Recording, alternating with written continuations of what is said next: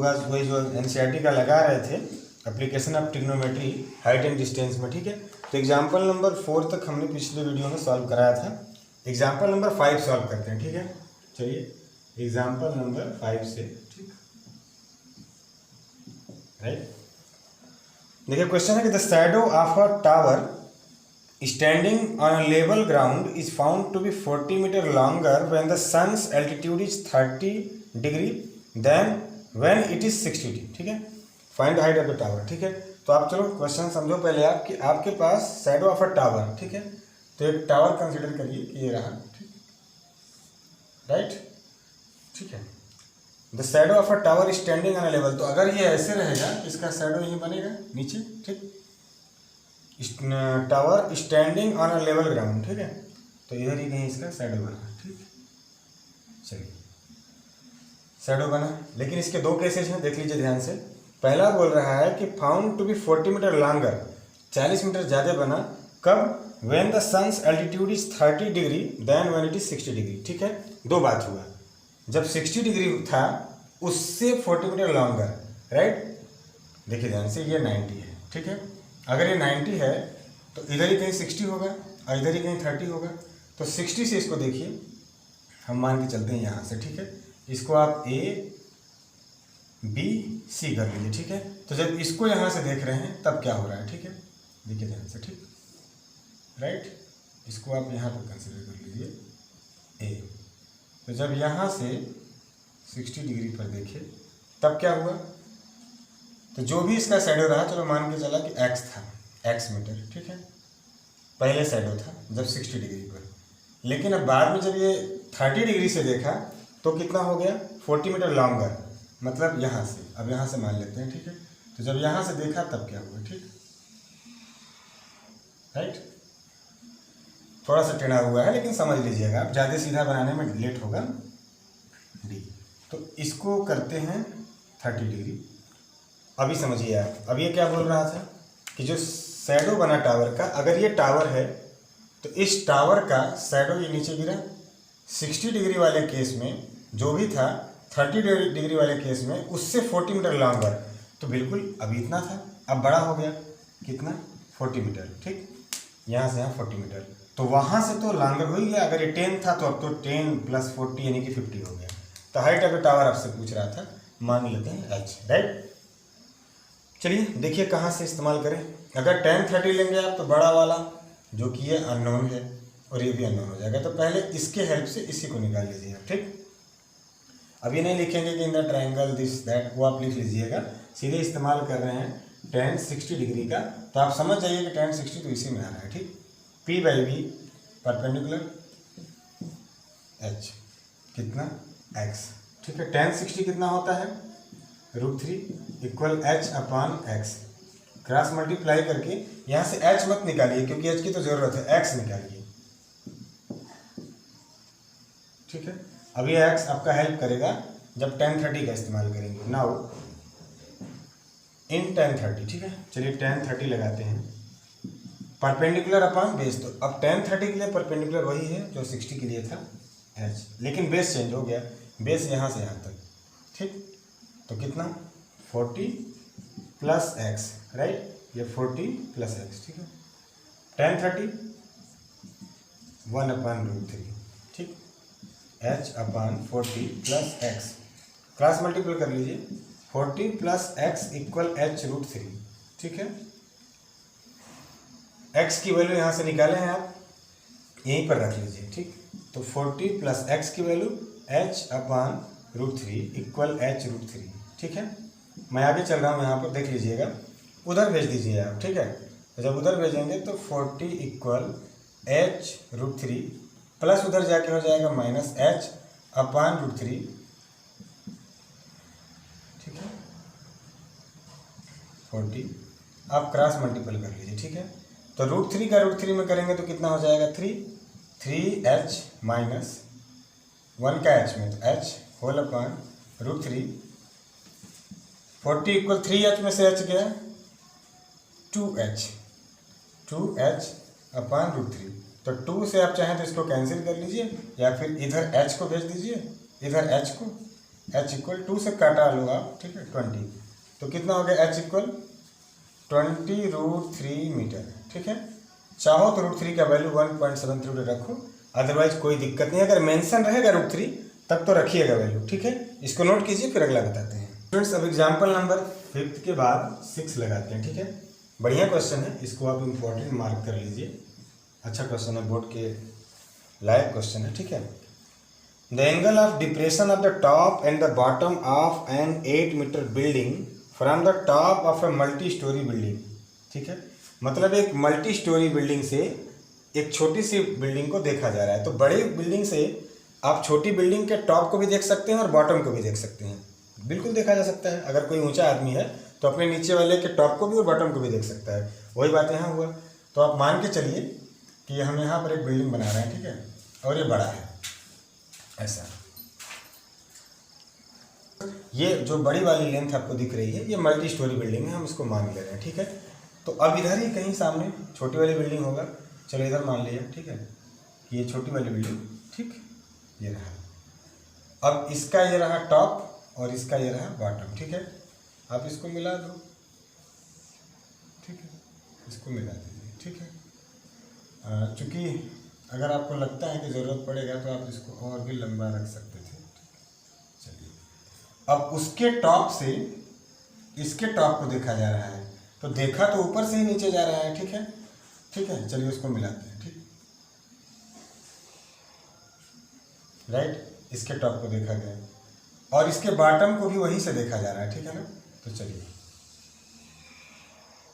Right, इसको आप ऐसे मिला दीजिए, A B C D, और ये जो CD है छोटा वाला बिल्डिंग है जिसका हाइट आपको पता है 8 मीटर, राइट, ये वाला 8 मीटर है। तो आप इसको E कर लो अगर, तो अगर ये वाला 8 है तो निश्चित तौर पे, मेरा लग तो नहीं रहा है, ठीक ना, लेकिन आप इसको, ठीक है, लग नहीं रहा कि दोनों बराबर हैं, तो आप ऐसे कर लीजिए, ठीक है, बिल्कुल लेंथ सही लगना चाहिए, ठीक है। तो ये वाला 8 है तो ये भी 8 होगा, ठीक है। हमारा थोड़ा सा कम अधिक लग रहा है, आप सही बनाइएगा। अगर हम स्केल के हेल्प से खींचते तो सीधा खींच लेते, या कोई जो बहुत बढ़िया पिक्चर बनाता होगा सीधा खींच लेगा, हमसे पिक्चर सही नहीं बनता, लेकिन न्यूमेरिकल सही मिलेगा आपको, देखिए, ठीक है। पिक्चर के लिए दिक्कत है तो सॉरी, ठीक है। चलिए अब हुआ क्या, ऊपर से इसे भी देखा गया है और इसे भी, तो ऊपर से देखा गया है तो निश्चित तौर पे एक डिप्रेशन एंगल बनेगा, और डिप्रेशन एंगल के लिए अपने पास क्या होना चाहिए, एक हॉरिजॉन्टल लाइन होना चाहिए, और ये एक बार ये बनाया, ठीक, और एक बार ये बड़ा वाला बनाया, ठीक है, बात समझिएगा, एक बार बड़ा वाला। तो जब इसके टॉप को देखा गया, मतलब इस लाइन और इस लाइन के बीच, तब कितना बना 30 डिग्री, ठीक है, तब कितना बना 30 डिग्री। पढ़ लेते हैं, the angle of depression of the top and the bottom, तो टॉप का कितना बना 30, तो टॉप का यही वाला है, ये छोटा वाला, ठीक, हम यहाँ पर लिख दे रहे हैं 30 डिग्री, ठीक है, ये 30। अगर वहाँ क्लियर नहीं हुआ तो आप समझिएगा, ये ऐसे अगर 30 है तो यहाँ भी कितना होगा 30, लेकिन बड़ा वाला यानी कि बॉटम को, अब जब इसको देखा गया तो this is eye side line, right, since this is eye side line so it needs a horizontal line to make an angle, ठीक है। तो ये हॉरिजॉन्टल लाइन रहा, और ये कितना है 45, ये वाला नहीं, ये पूरा ये वाला पोर्शन, ठीक है, ये वाला यहाँ तक। तो अगर ये 45 हुआ तो ये भी कितना होगा 45, ठीक है।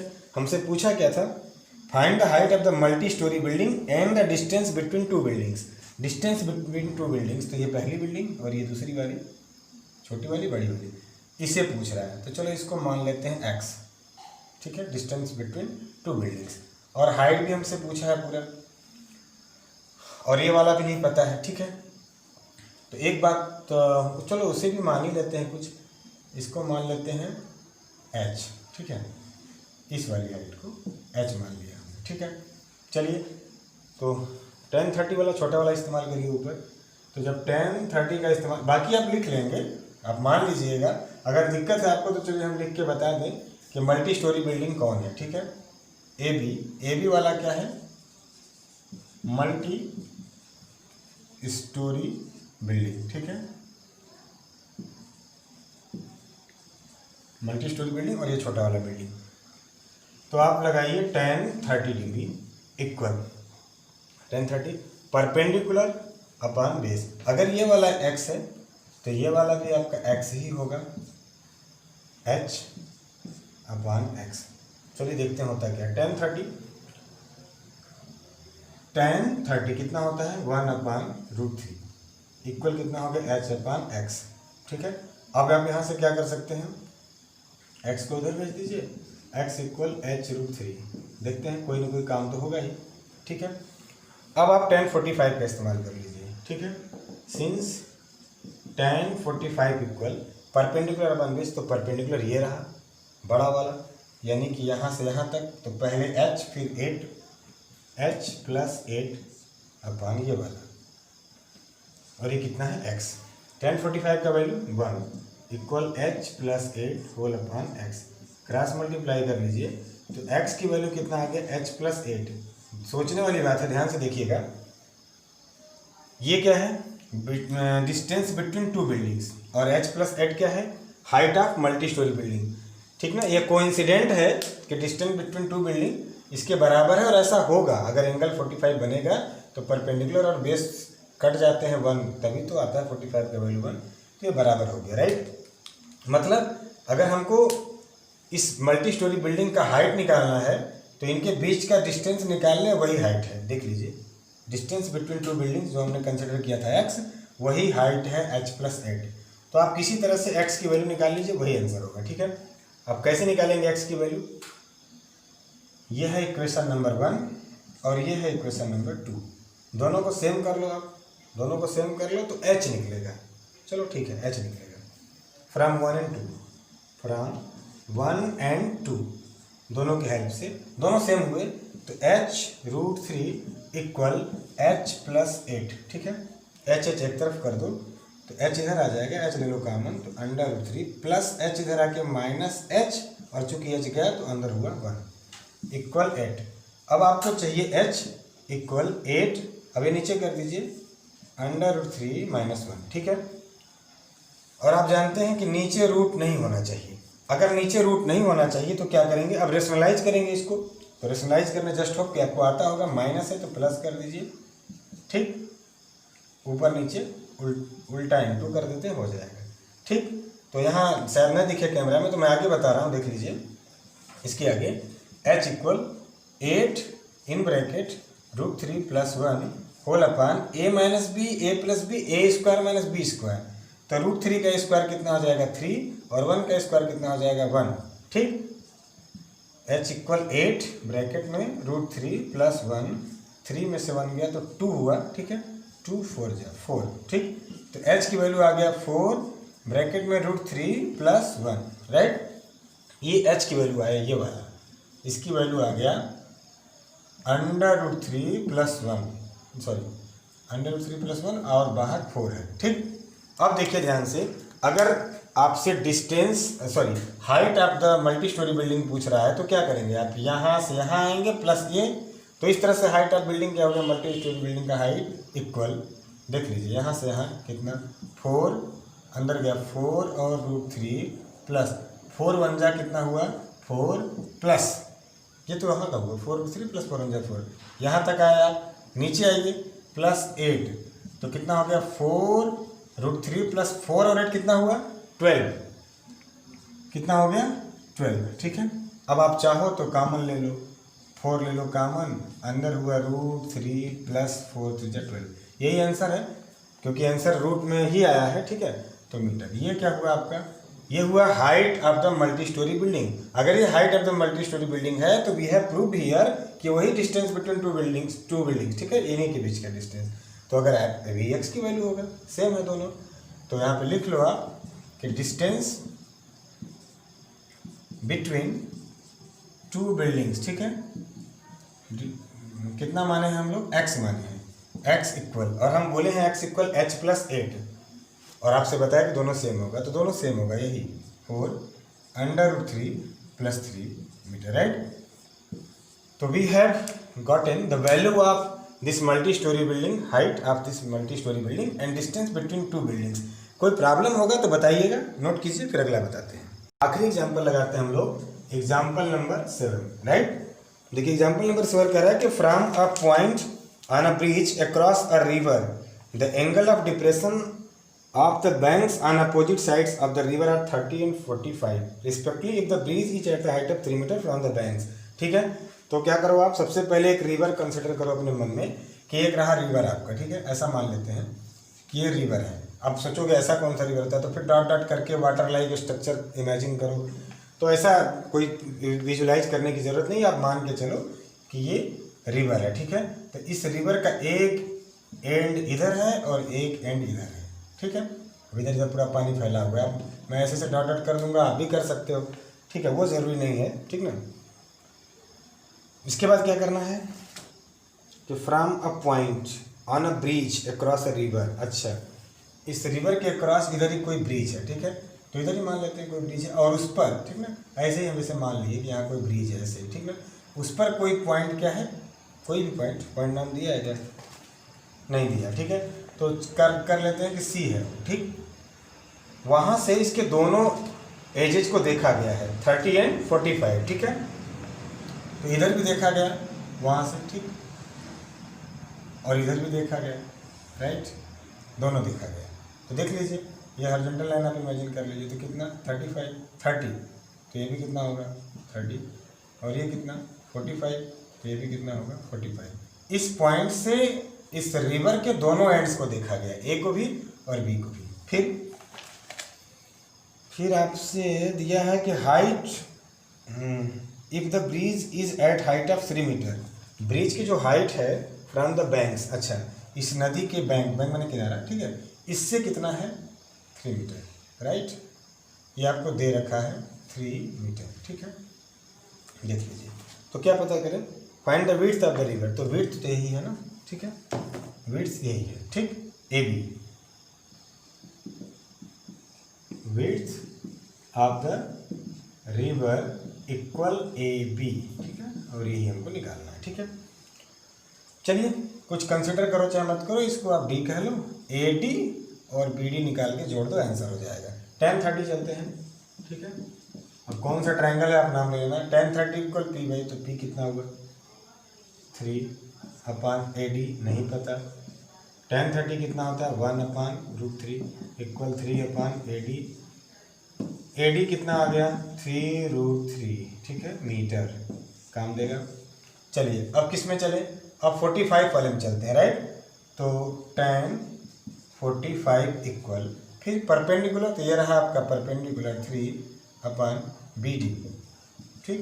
tan 45 कितना होता है 1 इक्वल 3/BD, मल्टीप्लाई कर लो तो BD का वैल्यू कितना आ गया 3 मीटर। देख लीजिए AD कितना 3√3 और BD कितना 3, तो यही तो है AB, ठीक है।